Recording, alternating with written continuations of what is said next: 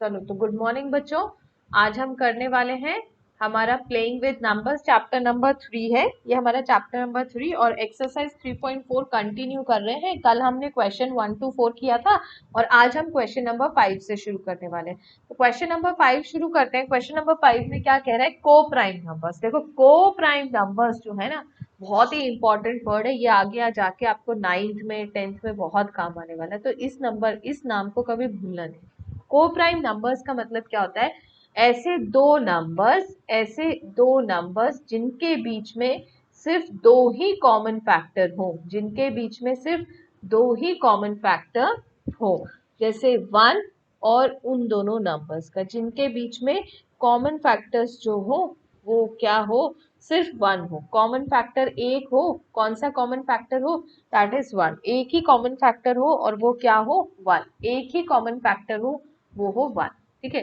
For example, अब example लेते हैं जैसे कि 2 एंड 3। ठीक है। तो इनके बीच में कॉमन फैक्टर क्या है? ये 3 जो है वो 2 की टेबल में नहीं, तो 2 जो है वो 3 की टेबल में नहीं आता। तो इनके बीच में कॉमन फैक्टर क्या है? 1। जैसे कि नेक्स्ट एग्जाम्पल 4 एंड 5, ये दोनों क्या है? ये मेरे पास इनके बीच में भी कॉमन फैक्टर कौन सा है? 1 है। तो ऐसे नंबर्स को क्या कहा जाता है? ऐसे नंबर्स को कहा जाता है को प्राइम नंबर्स, जिनके बीच में कोई भी कॉमन फैक्टर ना हो, सिर्फ एक कॉमन फैक्टर हो। वो क्या हो? 1 हो। एक ही कॉमन फैक्टर हो जिसको क्या कहा जाता है? 1 कहा जाता है। ठीक है। तो आप क्या है, अब हम क्वेश्चन सॉल्व करते हैं।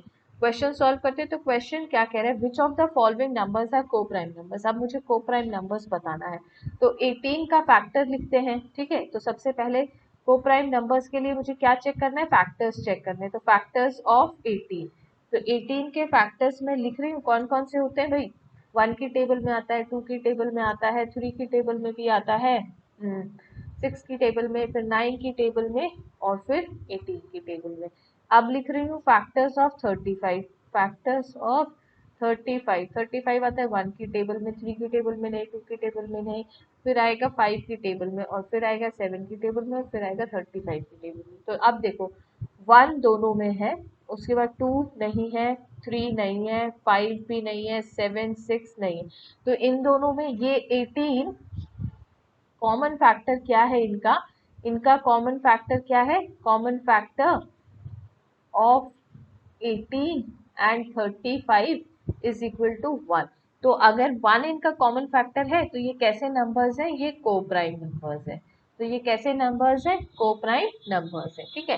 तो similarly we will find for 15। तो factor of 15, factor of 15 which is equal to 1।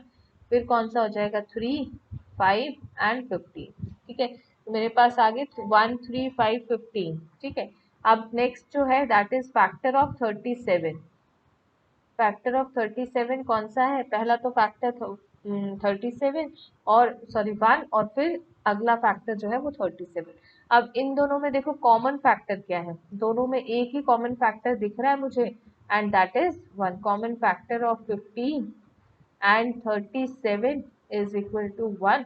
और ये नंबर्स भी कैसे हैं मेरे पास? को प्राइम नंबर्स हो जाएंगे। ये भी मेरे पास कैसे नंबर्स हो गए? को प्राइम नंबर्स हो गए। ठीक है। Now moving ahead with the next one. Next part पे चलते।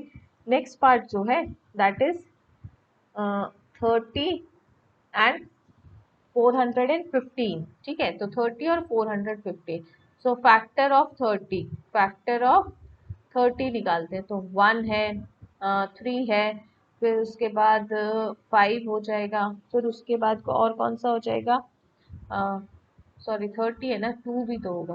2 है, 2 है, फिर 3 है, फिर 5 है, फिर उसके बाद नेक्स्ट कॉमन फैक्टर हो जाएगा 6, फिर कॉमन फैक्टर हो जाएगा 30, फिर कॉमन फैक्टर 15, फिर 10 and the last one is 30। तो मेरे पास 1 2 3 5 6 10 15 एंड 30 कॉमन फैक्टर्स है। अब नेक्स्ट जो है वो फैक्टर्स, सॉरी फैक्टर्स है, कॉमन फैक्टर्स के फैक्टर्स। ये है 415। ठीक है। 415, 415 के मेरे पास फैक्टर्स हैं। पहला फैक्टर 1, अगला फैक्टर 5। ठीक है। फिर नेक्स्ट जो फैक्टर है दैट इज 5 इंटू 83 इज 15, तो 83 हो जाएगा और उससे लास्ट वाला 415। ठीक है। अब देखो कॉमन फैक्टर्स इनके बीच में निकालेंगे, तो कॉमन फैक्टर्स जो हमारे हो जाएंगे, that is common factors of 30 and 415, कितना हो जाएगा मेरे पास, 1 है, 5 आ रहा है दोनों में, तो 1 भी है और 5 भी है, दो कॉमन फैक्टर हो गए। ठीक है, दो कॉमन फैक्टर हो गए तो ये क्या हो गए, नॉट को प्राइम। ये क्या है, not coprime, these numbers are not coprime. ठीक है, तो अब ये चीजें समझ में आ गई होंगी, तो समझ में आ गई है, तो ये जो 3 पार्ट बचे हुए हैं दैट इज योर होमवर्क। ठीक है, तो 17 ई पार्ट 1768 का, 216 215 का। देखो एक एक चीज मैं यहाँ पर बता देती हूँ, जो कॉन्जिक्यूटिव नंबर्स होते हैं आपके पास, जैसे 3 4 4 5 5 6 7 6 8 7, ठीक है, जो भी आपके पास कॉन्जिक्यूटिव नंबर्स ऐसे आएंगे, ठीक है, ये नंबर्स हमेशा ही को प्राइम होते हैं। ठीक है, इस बात को हमेशा याद रखना, और ये समझ लो कि ये एक रूल है, जो कॉन्जिक्यूटिव नंबर होते हैं, मतलब आगे पीछे एक के बाद एक जो नंबर्स आते हैं जिनमें डिफरेंस 1 होता है, वो हमेशा कैसे नंबर्स होते हैं, को प्राइम नंबर्स होते हैं, वो हमेशा को प्राइम नंबर्स होते हैं। ठीक है, तो 81 और 16 का भी आप ऐसे ही पता करेंगे को प्राइम है कि नहीं है। Now moving ahead with the next question, next question की तरफ चलते हैं। तो नेक्स्ट क्वेश्चन कह रहा है a number is divisible by both 5 and 12। एक नंबर है जो 5 से भी डिवाइड होता है और 12 से भी डिवाइड होता है, by which other number will that number be always divisible, no, is always divisible. A number is divisible by both 5 and 12, by which other number will that number is divisible by all, will be divisible। तो कह रहा है कि मेरे पास एक number है, suppose, ठीक है, ये समझाने के लिए, suppose I am having a number A, मेरे पास एक नंबर है ए, ये डिवाइड होता है 5 से भी और ये डिवाइड होता है 12 से भी। अब पूछ रहा है कि ए जब जो नंबर है वो और किससे डिवाइड होगा, तो और किससे डिवाइड होगा, एक ऐसा नंबर जो 5 और 12 की टेबल में आता हो, तो 5 into 12 is 60, so that number will be 60। the product of these two numbers will always divisible by that number। ठीक है, तो वो जो नंबर है, कौन सा एक नंबर है, अब कह रहे हैं कि तीसरा एक ऐसा नंबर बताओ जिससे वो नंबर डिवाइड होगा, तो वो तीसरा नंबर क्या है, a is also divisible by 60। तो a जो है वो हमेशा 60 से भी डिवाइड होगा। अगर कोई नंबर है a, वो 5 से डिवाइड होता है, वो 12 से भी डिवाइड होता है, तो वो हमेशा 60 से भी डिवाइड होगा, वो 60 से भी डिवाइड होगा। ठीक है, clear. Now moving ahead with the next question. ठीक है, नेक्स्ट क्वेश्चन की तरफ चलते हैं।